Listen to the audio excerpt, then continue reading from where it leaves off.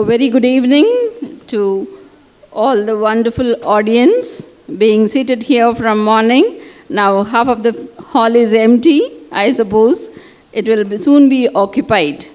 Though the men says, ladies first, in words. But in action, today, all the women occupying the stage, the beautiful women on the stage at the end of the day.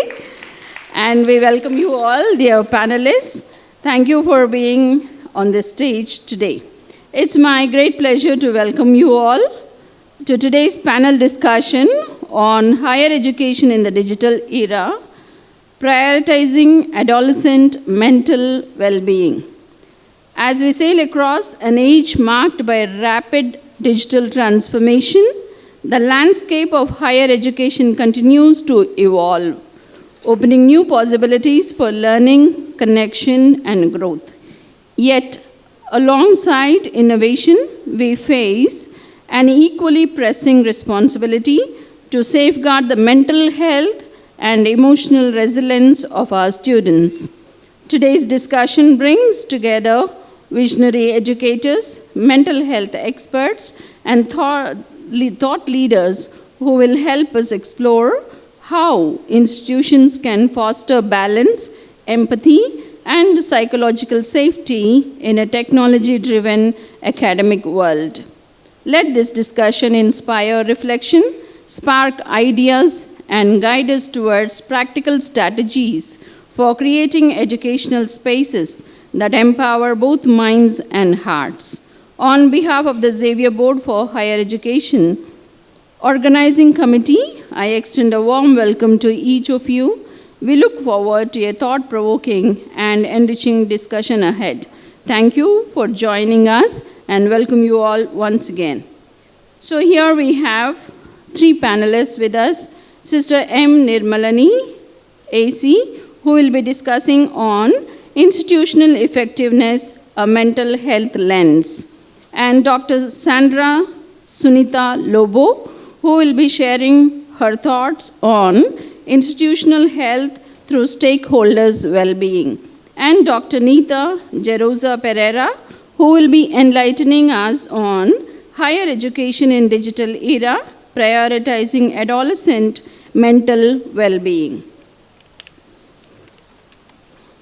Here I take this privilege of introducing to you Sister Maria Nirmalini, AC, Superior General of Apostolic Carmel, President, Conference of Women Religious India. Sister Maria Nirmalini was born in Mumbai. She graduated from Mumbai University, after which she heeded God's calling to religious life and joined the Apostolic Carmel. She had her religious studies in Mangalore from 1986 to 1990 and made her first profession in 1990. She holds a postgraduate degree in MA Education and MCom.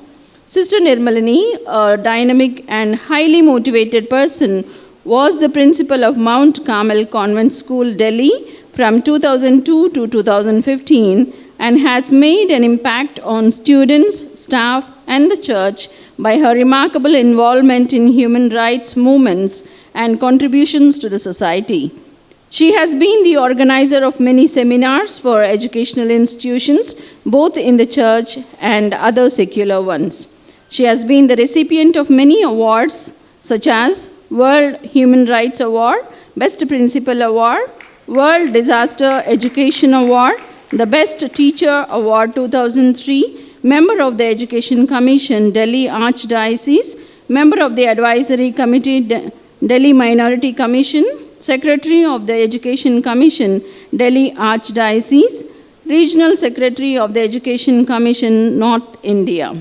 She was elected as the Provincial Superior of the Apostolic Carmel, Western Province in 2015 and re-elected in 2018 for another term of 3 years. She was appointed as the member of Mumbai Archdiocesan Pastoral Council. She was also appointed in the Election Commission by Delhi High Court to oversee elections of YMCA India in 2019. In February 2020, Sister Nirmalini was elected Superior General of the Apostolic Carmel Congregation. In November 2021, Sister Nirmalini was elected as the National President of the Conference of Religious India by absolute majority for the term 2021 and 24. Earlier, she was elected as the President of the Women's Section. During COVID-19, Sister Nirmalini has reached out to suffering humanity growing under the weight of the pandemic with support from Miss You. It is a matter of great joy that Sister Nirmalini was selected as participant of the Synod of Bishops in Rome in October 2023, which culminated in October 2024. She was among the only 2 sisters who represented India.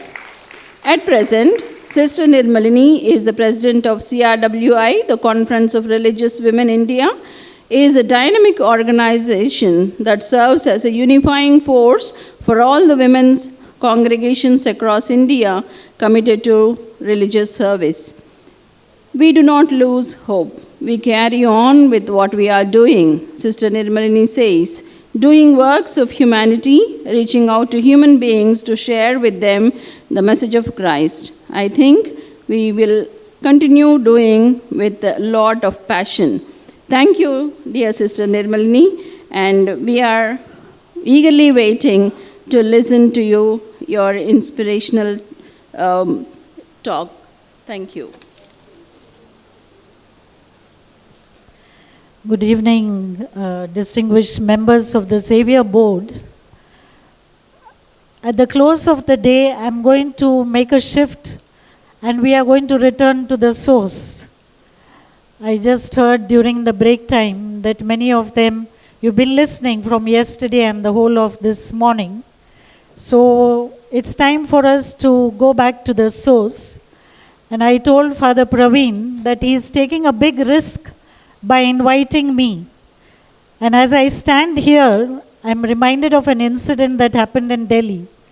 The speaker began, and few moments into the interaction, a participant from the audience stood up and looked around, and the speaker stopped and said, "Excuse me, is there anything?" The participant said no and sat down. The speaker continued. After a few moments, the same person stood up again, was folding his sleeves and looking here and there and distracted the speaker. So the speaker said, "Excuse me, is there something you would like to ask me?" He said, "No, I'm looking for the person who invited you." So Father Praveen, I hope people won't be running looking for you. Well, the experts, my 2 companions here, Dr. Sandra and Dr. Neeta, they are the experts. I'm going to share from my simple living, witnessing, and my own vulnerability as a leader. But I'm glad for the fact that we are here talking about mental health. This is something which is very recent. We hardly talk about it as we practice a culture of silence. And I do believe that the whole universe is conspiring to helping all of us to walk this journey together. And as you heard, that for me, Synod on Synodality and my interaction with the late Pope Francis has impacted my personal life as well as my leadership. So I'm here to share a few thoughts as one among you on this journey as we move from day to day, meeting up with various challenges in our institution. The heart of synodality. And it's a wonderful time that we are here together. Today is also Mission Sunday, a synodal church in mission. All disciples, all missionaries. There is absolutely no debate in the truth that the church is mission. As the Father has sent me, so have I sent you. The gentleman at the back, please help me with the next slide. You've been listening, I'm sure, to the media personnel. The world around us is very chaotic. Lots of things are happening in our world. Every moment, and the transition is so rapid, is so fast, I was listening to the presidential address of the Leadership Conference of Women Religious. I was given a special access because the last 2 years I have been in the US to attend the same. And she was saying that we, in all our enthusiasm, we prepare plan A. And we think we have achieved the world. The following day, when we look at the plan A has become B has become C, and C is out of the window. Despite all this, we religious and the lay people who are here, amidst this chaos, there is a new world stirring in our hearts. We are all caught up in this race somehow or the other. And I'm glad, though it may be tiring for you, that you have all left your workplaces and you are here. If not for anything, but more for a togetherness, to listen and to share. Next. In the book, The Burnout Society, Hans, the author, quotes Foucault, and he says, the disciplinary world of hospitals, madhouses, prisons, barracks, and factories, it has long been replaced by another regime, namely a fitness studio, office towers, banks, airports, shopping malls. The 21st century society is no longer a disciplinary society, but an achievement society. And the author in his book, Burnout Society, goes on to talk about that today it's not the negativity which is burning us out. It's the excessive positivity that we come across in our lives. The achievement driven that we are causes immense stress to our lives. While my two companions will speak more about you accompanying the students and the faculty, I'm also interested in what happens to us. Because you are a leader. You're not just anybody. The leader needs to deal with himself or herself. Next, please. And therefore, I just want to quote article number 39 from Dilexit Nos. Jesus first looks at you, plumbs the depths of your heart, and knowing everything upon you, he has fixed his gaze upon you. That's where our source is. No matter what kind of leadership we practice, but we need to go back to this source to find our sacred belonging there. And in a way, this coming together, this gathering, is for you, each one, is to rekindle your sacred belonging, to rekindle your passion, because that's where we belong. We are not going to forever be heads of institution, but who you are witnessing, is the Lord and Master whom you are following. Next. And as I said, for me, the synod means everything as I live the challenges of leadership and the challenges that the congregation faces. It's mutual listening, shared discernment, and inclusive decision making to deeply enhance the integration of mental and spiritual well-being for students in faculty in higher education. When I entered the congregation, we, Apostolic Carmel, always thought we were the best. And we felt quite safe within us. We felt quite enough within us. The sisters are smiling. The fathers also can smile, yeah. We all thought this way. Our congregations, our societies, we looked within ourselves. Today, my dear friends, working in silos is not going to help us. You heard the media person, I think it was Nolan, because I was here only at the fag end, who spoke about networking and collaboration. We cannot go on this journey today alone. If I, as an Apostolic Carmel leader, think my congregation is enough, I would be making a huge mistake. I realize that, and I humbly acknowledge we are not enough. We need many others, both within the church as well as in civil society, to walk this journey together. Next, please. You talk about leaders. Recently at NBCLC, John Brittas, is a very vocal member of parliamentarian. He said, how many in this audience love Trump? We were like more than 200 people, but one of them raised his hand. He said, God help you. Today we look at leadership, and I'm sure let us be humble enough and accept the fact that there is crisis also within the church. There is crisis of leadership within our congregations. Today, you ask your provincials and your generals how much time and energy they have to spend looking for leaders who fit into this. Not that leaders are going to be perfect, not at all. But we look for leadership who are grounded, who can relate. Next, please. A brave leader is not someone who is armed with all the answers. A brave leader is not someone who can facilitate a flawless discussion on hard topics. Is someone who says, I see you, I hear you, I don't have all the answers, but I'm going to keep listening and asking questions. My dear friends, there is nothing so sacred that cannot be questioned.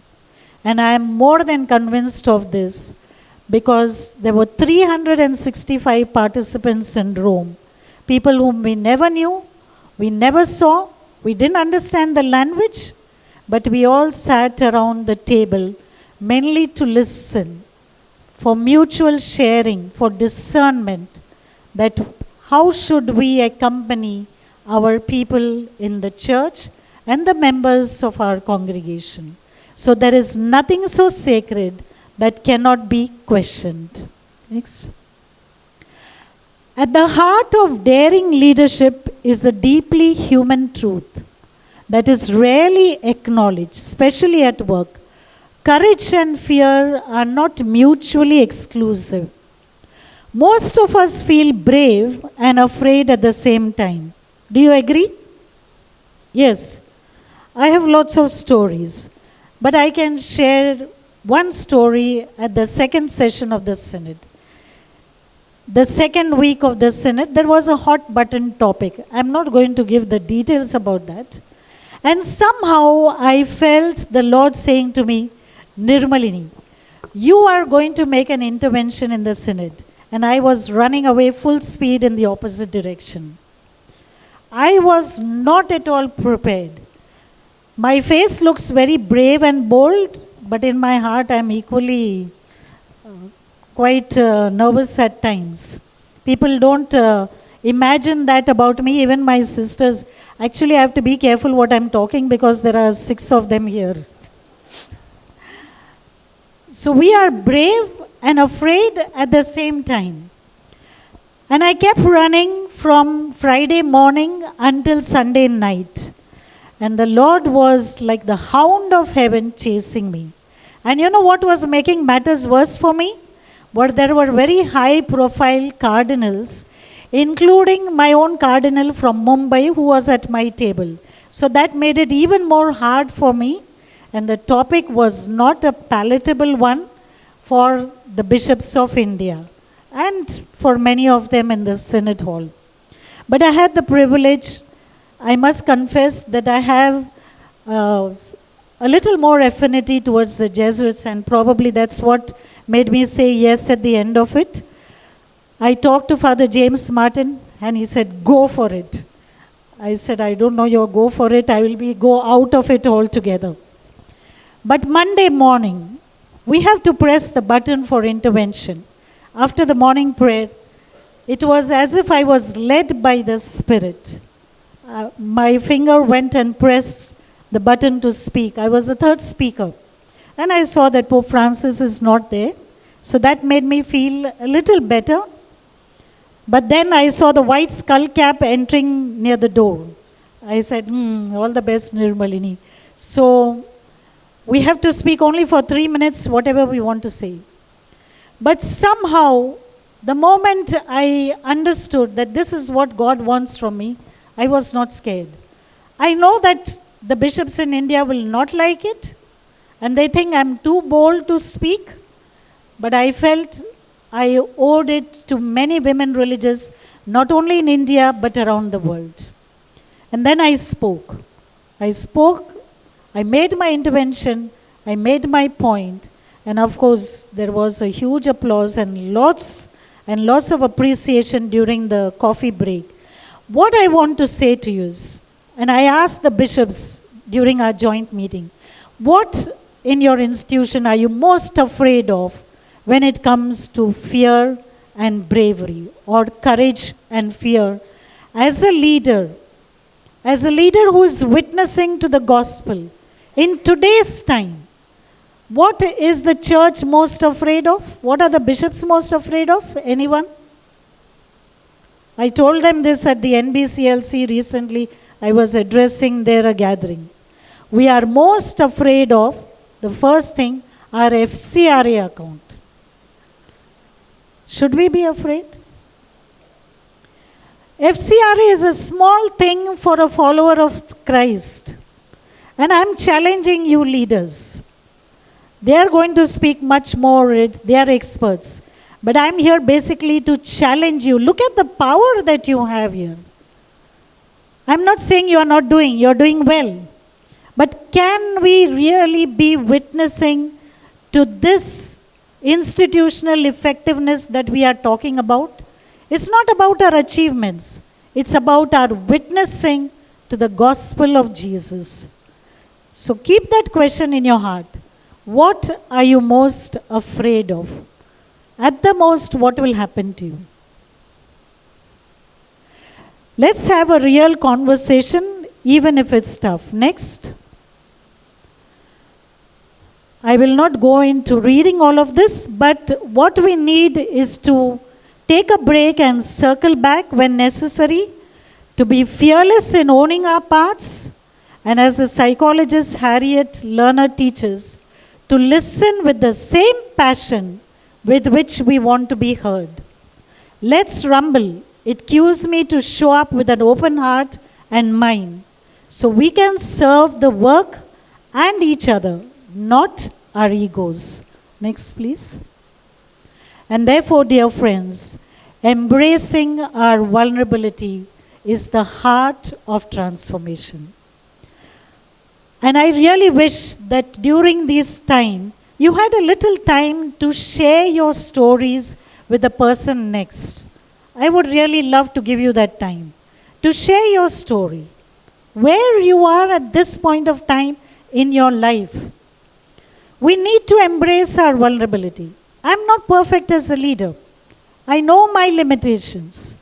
It's important, and therefore, this is the beginning of my point for all of you as leaders in an institution. To create that space, first for yourself and for the members of your society, for your faculty, for your students, and for all those with whom you network. Are we creating this space to embrace vulnerability in our lives? Or we are just achievement institutions running from one thing to the next, and we burn out and we collapse. Next. And therefore, build the container. Your sacred space is where you can find yourself over and over again. So what am I inviting you as leaders to do? A green space where you feel safe enough to risk, learn, and grow together in community. A sacred space wherein they can listen to and cooperate with the Spirit moving within and among them. The common understanding and framework for what they are doing. So create your sacred space. Build your containers. It's important as leaders. I would like to ask you a question. How many of us spend, I'm not saying you are not reading, but how many of us spend time in reading, not just our subject, but beyond our subject? Because I know as a leader of the congregation, this is something I'm always telling our sisters. Because reading is almost out of our congregation and societies. We buy books. During visitation, the provincial and general will check the catalogue. It's a tick box, checklist. But how many of us actually take the books and read? It's good for us to look at our own lives as leaders. How much are we reading to be able to reflect, to be able to create new images? Please let me know the time because, Next. So, dear friends, we are used to doing things up until now. But let me say this to you. What got you until today is not going to help you for tomorrow. Because we are transitioning at a very rapid pace. Life itself is moving so rapidly. By the time we find something for today, tomorrow it's altogether a different story. And much more for you in the institution as you face challenges both within and outside. Next. And it's important to have a new narrative. What is the new narrative that we need to talk about? Involves shedding old skins representing identities that have outlived their usefulness and no longer authentic. You are invited to explore new beginnings, discover ways in which you might flourish, and write a new narrative for the future. My dear friends, this is what we focused on, especially the groups in Karnataka, and I personally, it's not known by everyone, but we worked very hard during the Lok Sabha elections and even now during the Bihar elections. And let me say this to you. When I talk about fear, I have a lot of experience what it means to be afraid. I initiated this whole process, and when I wrote the letter at the last synod, during the first session of the synod, there was a letter from the government of India which was sent since I lived in Delhi. Every mail comes to Delhi. And I asked the sisters, please open it. It's nothing private. And it was there from the government of India. Please come with your passport, your election ID, and all other documents that you own as a citizen of this country on the 17th of October for a personal hearing. What was it all about? And why? Only because we were working for a long time on the elections. I was working a long time for Manipur. We were working a long time for the wrestlers who accused their coaches. Was I afraid? I was not afraid because I was sitting in Rome. Thank God. I was not even in India. But I gave a letter to say, please take the photocopies and go. And I never understood what was this all about. I came back to India. I got a second notice. You are back in the country. Please come with your passport and all. You think I went? Sorry, no chance. You're all big time institutions. You heard the media saying, connect with the government people, connect with have a good PR with the police. We are so afraid to talk. We are so afraid to relate. Why? These same people are going to help you. Believe me. Not everyone is waiting to bury you in the ground. There are lots of people who think differently. Join various groups. And therefore it's important to have a new narrative for your life. I am being watched. My WhatsApp, my email. The other day I was at home with my mother at 10 o'clock in the night. I got a call from New Delhi to say, Madam, aap bahut bolti ho. Means you're talking too much. I said, it's too late now to talk for me. We'll speak tomorrow morning. What is it we are afraid of? We have so many people who have witnessed across the globe. And as I said, for me, the man Pope Francis. You think all the bishops were happy to see women there? No chance. But he made a difference. This is your chance as a leader to take care of the well-being and the effectiveness of everybody in your boat.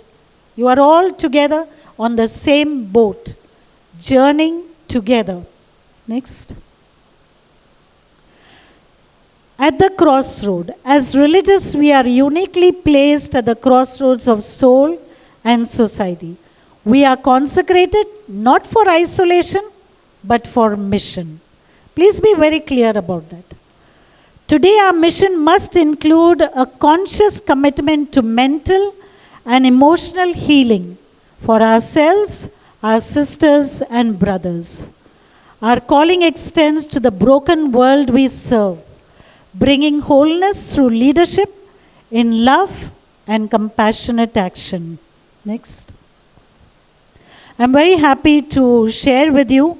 This book has just been published by the Conference of Religious India. As you know, that the Conference of Religious India was a sleeping giant. Lots of people have worked hard for where it is today. But one of the key areas we are focusing is on safeguarding and mental health and well-being. When we speak about mental health, people think it's gone off. Not at all. It's not about that. It's about just our wellness, our well-being, that we are in good space to carry out our mission as leaders.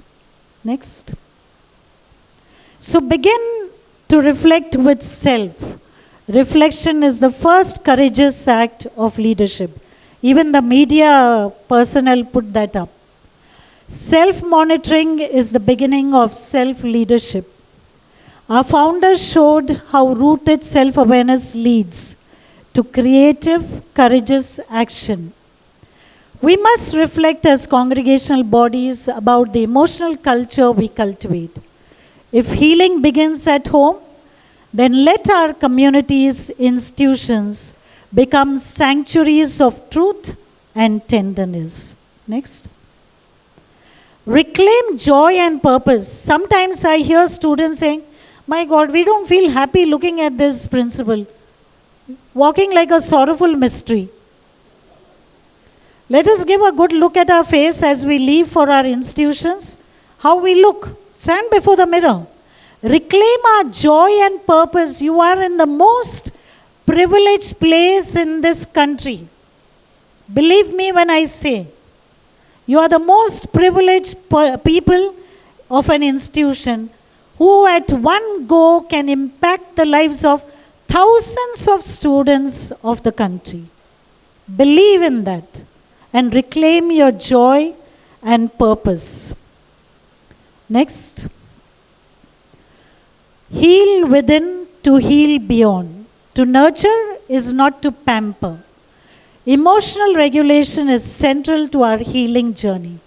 We must create safe spaces for dialogue, counseling, spiritual direction, and vulnerability. Since it was for sisters, but the sisters, fathers, brothers, lay people, all must be trained to lead your centers. Build psychologically safe communities as models of healing. Let our institution be oases of listening and accompaniment. Next. Resilience as prophetic. Not resistance, but rising in grace. As Ruth, Paul, they all did, as our founders did. Builders of hope. In our national context of polarization, violence and despair, religious are called to be beacons of possibility. So I'm here not only talking about mental health, but I'm also bringing politics in our health. It's important. We are found to be caught sleeping. It is never too late. It is time to wake up and shake our country and the leaders who matter. And you are those leaders. Only you can do. Because you have such a large clientele at your disposal. But what is important from your side is to accompany the young people in your care with empathy and compassion. Some of the things which you are doing, I'm sure, well-being themes in your curricular and extracurricular programs, train faculty to be worldview champions, modeling openness about spiritual identity and encouraging dialogue. Develop support services for crisis situation. They spoke about, I often during the Durg situation, there were so many incidents that happened. Where were we? There were sisters arrested in Aurangabad. Did we even call up that congregation? I'm not saying jump in it. This is the support system. This is wellness. This is well-being. Not just for ourselves. Do we wake up only when my institution gets affected? Or we are alive and alert to the health and well-being of all our brothers and sisters, no matter the caste, creed, religion they belong. And you are leaders. You're just not any leader, my dear brothers and sisters. You are leaders who are called to walk the values of the gospel. Arrange group activities. I'm sure you do this. Regularly assess well-being programs for inclusivity, impact, and accessibility, especially those from the minority faiths or perspectives. Organize tree plantation and nurture programs to create organic farms, medicinal plant gardens wherever possible. Next. Safeguarding. This is something which I'm working very hard to create safe space for the members on your staff, for the students. Just yesterday I was watching a news in Bangalore, in the college, a rape again. It's a big hue and cry. What was the institution doing? Let it not be business as usual. It is our moral responsibility to put the systems and procedures in place, and not only let the systems be in the book, but to review it time to time. How can we create this safe space for all in our campus? How can we create listening circles and ensure it that it is followed by listeners and counselors? And the last slide. So how can you as leaders, while you're here for a time of reflection, please do not leave this place without taking something as a leader for your personal life, as well as something that you will initiate in your institution together with your faculty and the students. And I close by inviting, we are today celebrating Choti Diwali. I wish you all a very happy Diwali. May all of us carry the light of Christ, and as leaders, make a difference to dispel the darkness that stares us in our institution and around the world. Thank you and God bless you.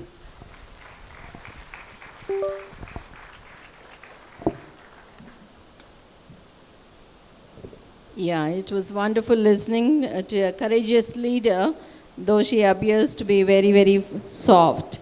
Thank you, dear Sister Nirmalini, for sharing your thoughts, coming out of your rich experience, both spiritual and emotional. Sister rightly pointed out that the institutional effectiveness depends on leaders who are daring, embracing their vulnerability, and ready to explore, love, and empathetic. Thank you, dear sister. I will now take the privilege of introducing Dr. Sandra, who will be discussing on how stakeholders' well-being improves institutional health. Dr. Sandra Sunitha Lobo completed her MPhil from SV University Tirupati and MSc in Clinical Psychology from Mangalore University. A meritorious student who secured distinction throughout her academic life, she secured the 4th rank in Mangalore University BA examinations and was elected Vice President of St. Agnes College Student Cabinet in 1992-93. She has nearly 30 years of teaching experience and worked at Mount Carmel College, Bangalore and St. Agnes College, Mangalore. Presently, she is the professor and head of the Department of Psychology at School of Social Work, Autonomous, Mangalore. Her interest in adolescent issues led her to complete her doctorate studies at Bharatiyar University, Coimbatore, in the area of adolescent aggression. She was the NAC coordinator of the college and is presently Dean of UG Studies in her college. She is also the NAD Nodal Officer in the college she serves. She has authored CogMap, a book of 1000 multiple choice questions in psychology, in March 2009, and co-authored Child Mental Health Manual for Teachers and Parents in 2012. She completed one UGC minor research project in 2015. Her area of consultancy include conducting workshops for teachers and students, addressing parents at PTA meets, and conducting psychometric tests. She counsels parents, students, public at Sparsh Counseling Center at School of Social Work, Roshni Nilaya. She has over 25 research publications to her credit. She is a trained Bharatanatyam dancer, is into fitness, and even enjoys traveling. That is how we see her so fit today. May I dearly welcome you, dear Dr. Sandra, to present your views on institutional health through stakeholders' well-being. Over to you.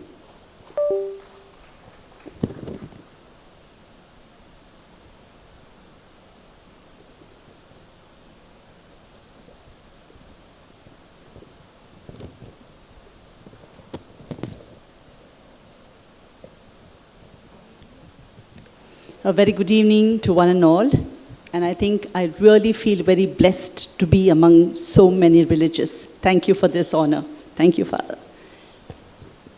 I stand here not as a student who studied in a Catholic institution, not as a parent who had her children study in such institutions, not even as a teacher who taught and still teaches in a Catholic institution. But I stand here as a counselor. I stand here as a counselor to my clientele, and I present before you all institutional wellness through stakeholders' well-being in terms of parents, teachers, and the management.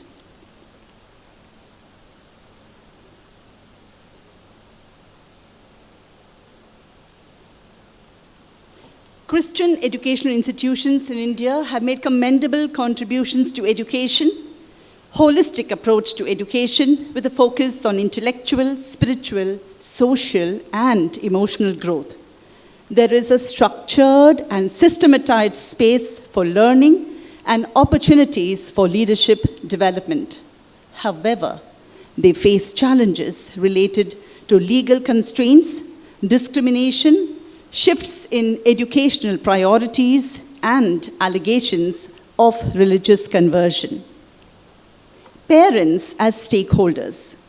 It's a generational dream for parents to give the best education to their children, bringing joy and pride, and a sense of purpose is fulfilled.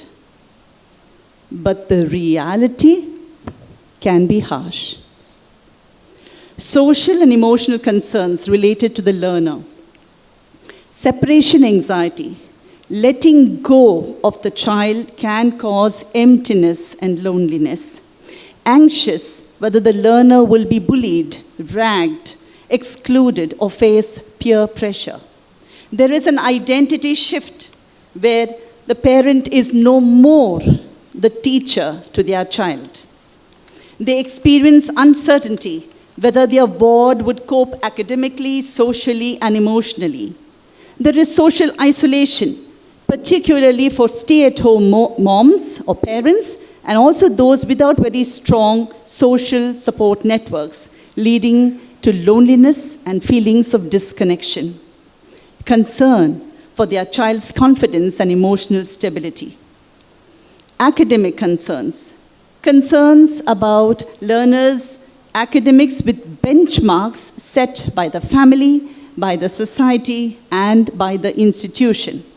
Doubts whether the teachers are qualified enough, experienced enough, supportive and inclusive. Harsh words, insults, Humiliations, punishments by the teachers and the management can instill fear of their children being rusticated. Financial concerns related to management, fees to be paid with deadlines, be it tuition fees, extracurricular fees, with or without installments, and whether they can avail of scholarships. Safety concerns while commuting, risks of violence and communalism, along with online risks. Parents, as an important stakeholder, experience the challenges of parenting, constant stress and anxiety due to financial responsibilities, where they juggle their own careers to maintain work-life balance, and the pressure to provide the best for their children. There is parental guilt, working for long hours, taking time for themselves, or faulty parenting approach leading to self-doubt. Parents enter educational institutions during admission, they come during PTA meets, and they again return during their child's graduation day. At the time when they come in for admission, there is the constant thought and fear of the fees that they have to pay. When they come for PTA meets, there is this kind of thinking whether what kind of complaints I'm going to hear about my child, whether the person has shortage of attendance, whether the behavior, indiscipline. And at the end, when they come again during the graduation of their child, they're still having doubts about their child's further career prospects, whether the child is eligible for a PG program, whether the child will get a placement or a job. Teachers as stakeholders, career uncertainty and challenges. Young teachers face what is known as quarter-life crisis. We may have heard of midlife crisis, but young teachers experience quarter-life crisis, where in their 20s and 30s, they question about their own purpose, their direction, the choices that they have made, usually stemming from their transition into adulthood, relationship pressures, stress, as well as social media comparisons. They feel lost, dissatisfied with their career choices, leading to questions about professional success and fulfillment. Academic pressure to complete their doctoral studies. And the irony is that after they have obtained their PhD, they get into administrative jobs with less teaching hours. This is the irony after pursuing and completing the PhD degree. Yearly appraisals, eligibility criteria like publications, they face criticism for students' poor performance. This puts undue pressure on teachers. Teachers feel stuck. They feel stuck where they feel left behind in life compared to their other colleagues, because there are issues like adapting to online platforms and digital tools. Work overload. As an educator, they deliver knowledge and skills. They equip themselves with skills wherein they have to go in for faculty development programs, certifications, paper publications, presentations, administrative work, data entry, marks of students, lots of software entries. They mentor students, they guide them emotionally and socially, multiple roles, as if to be the second parent. Lack of boundaries with digital overload and taking work home. So much so that teachers can have what is known as work-life balance, imbalance, and a burnout.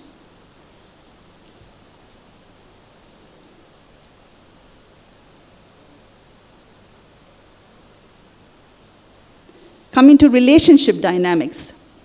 Ambiguity in navigating relationships with the higher-ups, with the Gen Z, with the Gen Alpha students, navigating romantic relationships, contemplating marriage, and even planning a family can be significant factors. Engaging a class of digitally active students and also non-motivated students. High expectations from the management. This can take an emotional toll, dissatisfaction, anxiety, unhealthy coping patterns. Traditional milestones like marriage and home ownership are delayed, leading to confusion about when to start a family. Non-empathetic teachers, because academic accolades are considered more than the personality traits of being courteous and sensitive. Ridiculing slow learners or those from vernacular medium, sarcasm, and offensive remarks like poor parenting or poor parent upbringing. These can cause emotional damage and crush the motivation to learn. Lack of counseling services for staff. There is an absence of a full-time trained mental health professional on campuses. Counselors are sometimes asked to substitute for a teacher in case the teacher is absent. Financial stress. Dealing with educational loans taken, bills, and the rising cost of living contribute to feelings of instability. Inadequate pay in some contexts versus the workload. Social comparison. Teachers engage in unhealthy comparisons which affect their self-esteem. An exposure to very curated lives on social media, be it from colleagues or from certain fora activities, can foster inadequacy and unrealistic expectations. This is from the Deccan Herald, dated September 9th. Teachers are held hostage by the system. They are helpless because they are sandwiched between the four.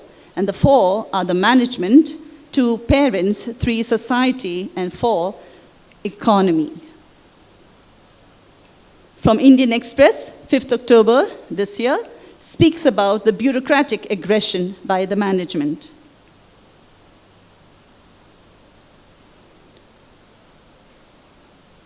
Management as the stakeholder. Policy and compliance burden. Adhering to government regulations, inspections, and educational board mandates. Fear of legal or administrative consequences if rules are not met. Financial concerns. Stress over managing school finances, infrastructure, and fee-related conflicts. Pressure to innovate, be it technology, pedagogy, with limited budgets. Emotional concerns. Fatigue from constantly mediating disputes, be it teacher-student or student-parent. Loneliness at the top. Very few safe places to vent or seek guidance. Multi-stakeholder pressures. Balancing expectations of students, parents, teachers, trustees, and regulatory authorities. Being the bridge between different, sometimes conflicting demands. Decision-making stress. Making high-stake choices about curriculum, staffing, budgets, as well as discipline. And pressure to ensure academic standards and holistic development. Accountability and reputation. There is a responsibility for stakeholders' safety, results, and the institution's public image. Anxiety during crisis, be it during violence, substance abuse, sexual remarks and acts, accidents, or even public scrutiny. But there is usually a lengthy admission process. Questions are posed to the students alone. There is high attrition rate of teachers. Address the erring employee in private, but please hear out their point of view. Address and deliver the same consequences even to those who are part of the management. Do not shield them. Be impartial and letting go of power and position. To the right is a lengthy write-up. I just put in a very small bit. A teacher with just 6 months of teaching experience had to write this on LinkedIn. And she received verbal abuse, disrespect from the very person entrusted with leadership. No educator should be made to feel small, voiceless, or disposable. Respect, dignity, and healthy leadership should be non-negotiables in any workplace. Moving on, donations and fundings are collected. An assertive and upright teacher is seen as a threat and can be sidelined. non-recognition of staff and teachers with over 15 or 25 years of service, and management usually recognizes awards from other agencies and the morale of teachers is affected. Few strategies. Parents are a rich source of talent and they can involve themselves in academics as well as co-curricular activities. One doesn't need to look out of the campus for guests and resource persons. They are very near, yet far, because we fail to recognize and see the goodness in our own. During the admission process, strike a healthy conversation with the parent as well, with assurance. Poor communication or lack of transparency from the school can cause stress. Open communication with the institution reduces parental anxiety. Supportive school-home partnerships can boost parents' trust and peace of mind. Connect rather than correct. Emphasize encouragement rather than criticism. Look at the child not as a student, but as a person. Coming to the teachers now. There can be teacher well-being initiatives like appreciation, recognition, and mental health resources for employees, a free health checkup, both physical and emotional concerns. To provide mental health resources where there is access to confidential counseling, employee wellness programs, or mental health days. Teachers training programs on effective communication skills, to be fair, to be non-judgmental, and not to be nosy. To initiate teacher training programs on fostering emotional intelligence, to build resilience, coping strategies, and work-life balance. Initiate coaching for new recruits. Provide help to administrators facing stress. Institutions usually have this outreach programs, which is very good. But can institutions not reach out? We do the other way around. We go outreach. But can we not reach out, at least to those who are on our campus who require our support? And managements can retain good teachers. Let not personal matters intervene. Moving on to other strategies, engage in shared leadership through delegation and participative decision making by not taking undue credit, to be involved in institutional perspective planning and to prepare the second in line much in advance. Ma'am, please sum up. All right.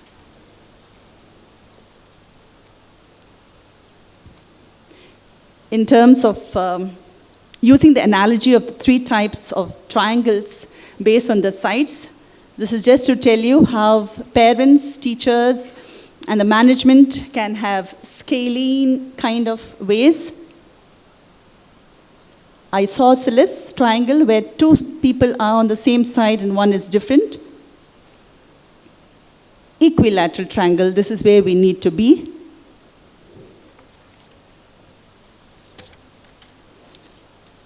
I like to end with these takeaways towards institutional health through stakeholders' well-being.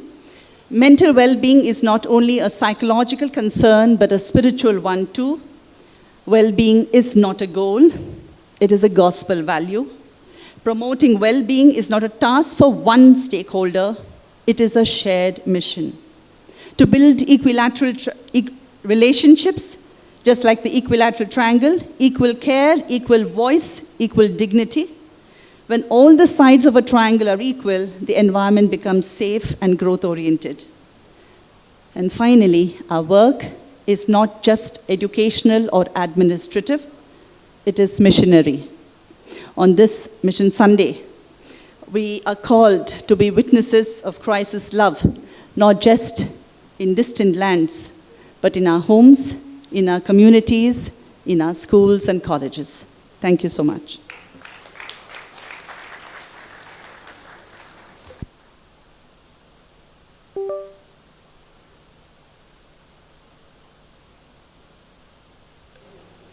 Yeah, Dr. Sandra rightly pointed out the true concerns of various stakeholders such as parents, teachers, management, and she also presented few strategies.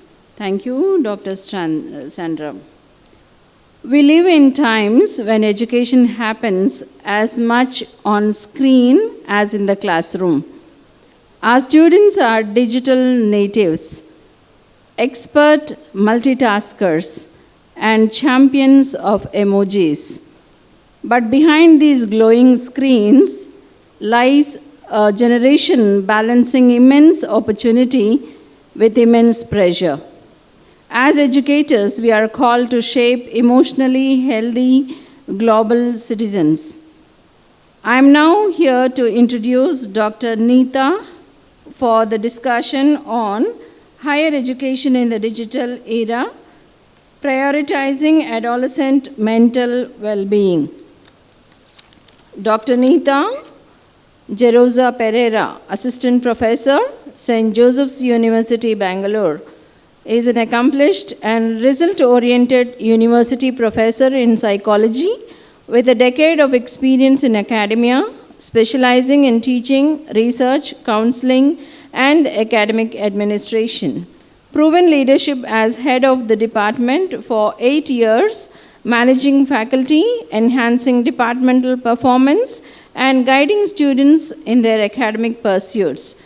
Extensive experience in securing research grants, publishing in international journals, and submitting papers for Scopus indexed publications. Dedicated to advancing the academic success of students, particularly through research mentorship, while contributing to the broader academic community. She firmly believes that to serve India's diverse population effectively, psychology, along with all other fields, must be equitable, diverse, and inclusive, and her research, which includes the marginalized and topics such as mental health, child sexual abuse, transgender rights, the role of parents, intimate partner violence, and others, actively exploring the challenges of traditional systems, roles, and stereotypes. Thank you, Dr. Neeta, for your availability with us today. Over to you.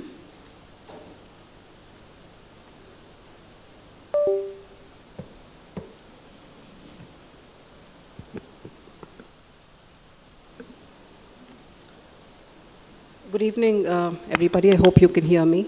I thank Father Joji and Father Praveen for this opportunity. When Father Praveen got in touch with me last month, I was a bit nervous and concerned, and then I figured that my Vice Chancellor is coming here and my colleagues, so I said, I don't think I want to do this because I was nervous, but I'm glad I came. I owe it to the Christian institutions really for who I am today. Being educated in a convent institution by sisters, they've had a big role in my life. So I look forward to being very crisp today because I think I have about, sister, I have 10 minutes? Yeah, I have about 10 minutes, so I prepared for 20 minutes, but I'll try and be crisp. What we are going to do today is I'm going to speak specifically about the youth. Today I'd like to invite you on a journey through the inner world of our youth, what it is that they are going through. A world where opportunity, technology, connection coexist with anxiety, stress, and disconnection. Let's look at what goes on in their minds. I had the opportunity of staying at a friend's house yesterday. He's a renowned musician. He's a very popular musician in the country, working with A.R. Rahman. So I met him yesterday, and I met his parents. So I told them I'm coming here for a talk on mental health. This is what they said in Konkani, and I'll repeat that in English. He said, "Ami lanasta naam ka sagda mental health natlam ka martali mandar." Right? So we hear this a lot. To say this in English, what is this mental health that we are talking about currently? Mental health is, we got beaten and we are all okay. In fact, the audience sitting here, I think we were all hit, right? I was lucky enough, but I know that each of you sitting here also. So what is this mental health that we're talking about? In 2020, I had the opportunity of working with the BBMP in Bangalore. I worked closely with over 10,000 people who are quarantined. And we had to make calls and provide psychosocial support. One of the things we realized at that time is that people don't understand depression and mental health. They don't know what depression and mental health. But what COVID-19 has done is it's brought mental health to the forefront today, and it has become a topic. The fact that we are able to talk about mental health in a place like this today, I think is the way forward. And I also thank the Xavier board to have taken up this topic. Now, post-COVID-19, mental health is no longer a private concern. It is a topic that most people are talking about, like Sister Nirmalini also rightly mentioned earlier. Studies show across colleges that students are lonely, they are facing anxiety, terrible burnout. In fact, there was a study published in the year 2019 by Morish. He speaks about higher education being anxiety machines. In short, higher education has become a microcosm of modern mental health. There is high connectivity, high competition, but often low emotional connection. The task, therefore, for us in higher education is to bridge that gap, to create campuses where students, our youth, are not just surviving deadlines, but also thriving as whole persons. It is not about just chasing deadlines, like Sister also, I think, mentioned earlier. It is not about just ambition or creating intellectuals, but also to be able to create people who are empathetic. I'll briefly talk about this because most people don't understand what abnormal and normal behavior is. We all go through grief. It's normal to cry and be upset, right? I mean, if somebody passes away. But when does it become dysfunctional? It is when a person can't function at all. I can give you another example. I was working with a student about 3 years ago. He came from a very small institution, a very small college. When he came into Joseph's, we have a big number. He was diagnosed with depression, but he refused to come and sit on campus. He was scared, he was terrified. So we all go through some amount of anxiety and depression, which is healthy in our daily lives. But when it starts to interfere with our daily functioning, when it starts to interfere with what we normally do, then it's a cause for concern. And also there are many, many emotions. There are extreme forms of, for example, anger. We experience anger as well and aggression. But when does it become a problem? It starts to become a problem when it's maladaptive. It's important to understand youth mental health in the context of Bronfenbrenner's bioecological model. I don't have too much time, but you can also read this up. It's interesting to look at how an individual is not just a person with mental health or diagnosis. It is a systemic issue, one shaped by relationships, community structures, and societal values. This model also becomes important for policymakers, especially in an audience like this, to be able to look at this model because we look at multiple interconnected systems that are part of an individual. An individual goes through mental health issues not because of the fact that they have these symptoms, but it is parenting, for example. And as we all know, children nowadays, students are coming with many, many issues into classrooms. Broken families, divorced parents, child sexual abuse, intimate partner violence. All of these are burning issues that are happening at home. And these are the kind of people that we are dealing with every day. So I would also request you, when you do have the time, to please read this up because this gives an idea of the kind of person that comes into our institutions. We also have, very briefly I can tell you about this. The youth that we deal with today are also people with genetic issues, social issues, and psychological issues. Again, I'll give you a brief example.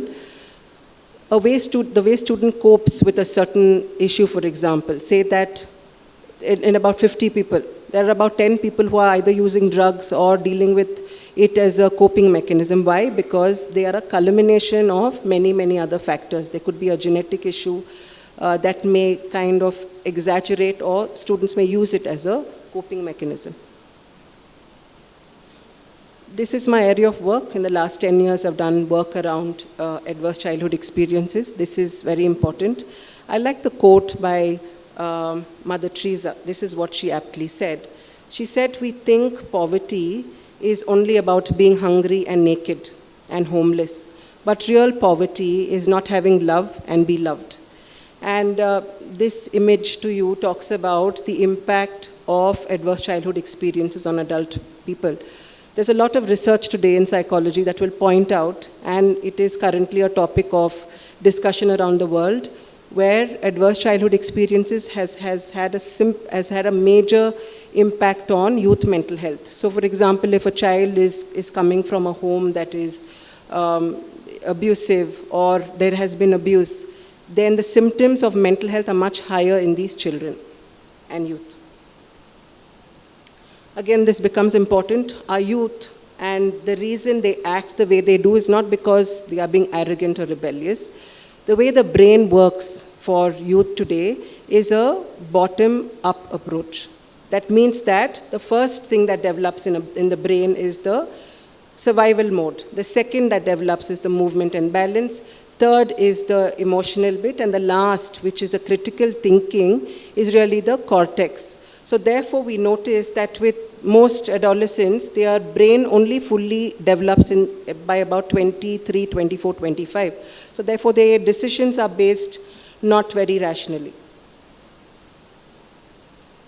I come to the heart of the topic today, which is on the impact of what this... If you look at this image, this is what's going on in our students' minds today. How many likes do I have? How many people I'm friends with? There is some basic data that is important to show you on tier 1 and tier 2 cities in India. If you look at tier 1 cities, you have 94% of students or youth who own a laptop or computers, 80% who receive most information from social media. They are shaped by social media. I attended a conference recently with Dr. Shekhar Sheshadri, and the name of the topic was algorithms and mental health and adolescence. One of the things that they spoke about is how we need to now include ethics in artificial intelligence and create spaces where we are intervening and looking at some ethical issues with artificial intelligence. Because what's happening is students or youth are constantly looking at certain reels or on social media, and that's constantly coming up, and they are being shaped by this. This is the Gen Z smartphone usage. They are always hooked on phones, as we all know. We find it very hard in our classrooms as well. They are constantly looking at the phone. And one of the things that happens is when we confiscate their phone, there's a tantrum. And I'm sure as heads of institutions and my colleagues also can, they're constantly hooked. Are Gen Zs feeling disconnected in a connected world? Absolutely they are. They describe feelings of being alone. They have higher levels of depression. Each person on Instagram, they have about 3,000, 4,000, 5,000 followers. But they're feeling extremely emotionally vulnerable. These are the kind of people that we're dealing with in our classrooms. They have issues with body image, they have issues with anxiety, they have issues with depression, some of them also major psychological issues like schizophrenia, we also have some of them. And there's also overstimulation and mental fatigue. Yeah, Dr. Neeta, kindly be quick. I would like to briefly and then move towards the intervention, eustress and distress. We all feel stress. In fact, stress is important to build resilience. It is important that our young adults experience some amount of stress today. But when does it become distress? My earlier slides, I spoke to you about adverse childhood experiences, the biopsychosocial model. That's when it moves to distress. There's, again, neuroscience that will tell you that counseling is important.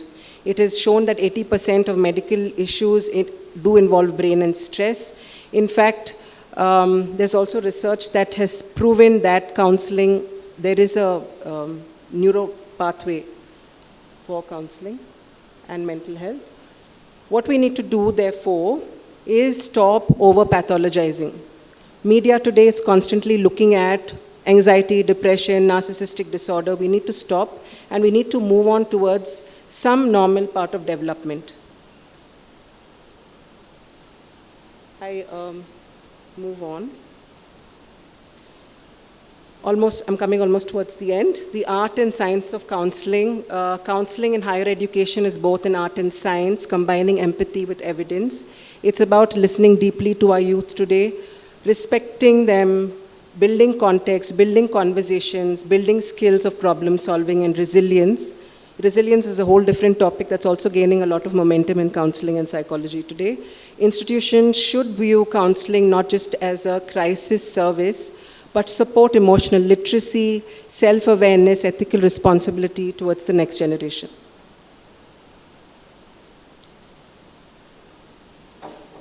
I leave you with my last slide.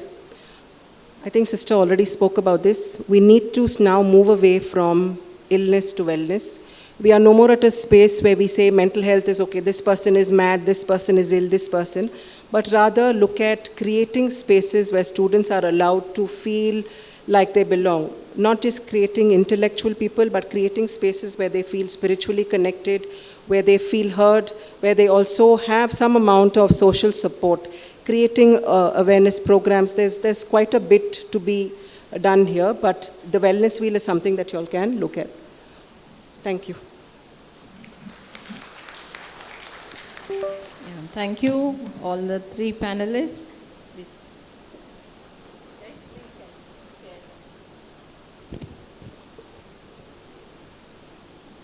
I truly appreciate all the participants for keeping in good mental health for last 1.5 year. 1.5 hour. Thank you so much, Sister Velangini, for that wonderful moderation, and also thank you to all the panelists for giving us the importance of mental health in institutional well-being and how it impacts all of us. Thank you very much indeed. May I now request Dr. Alfonso to hand over the mementos to our wonderful moderator and our panelists.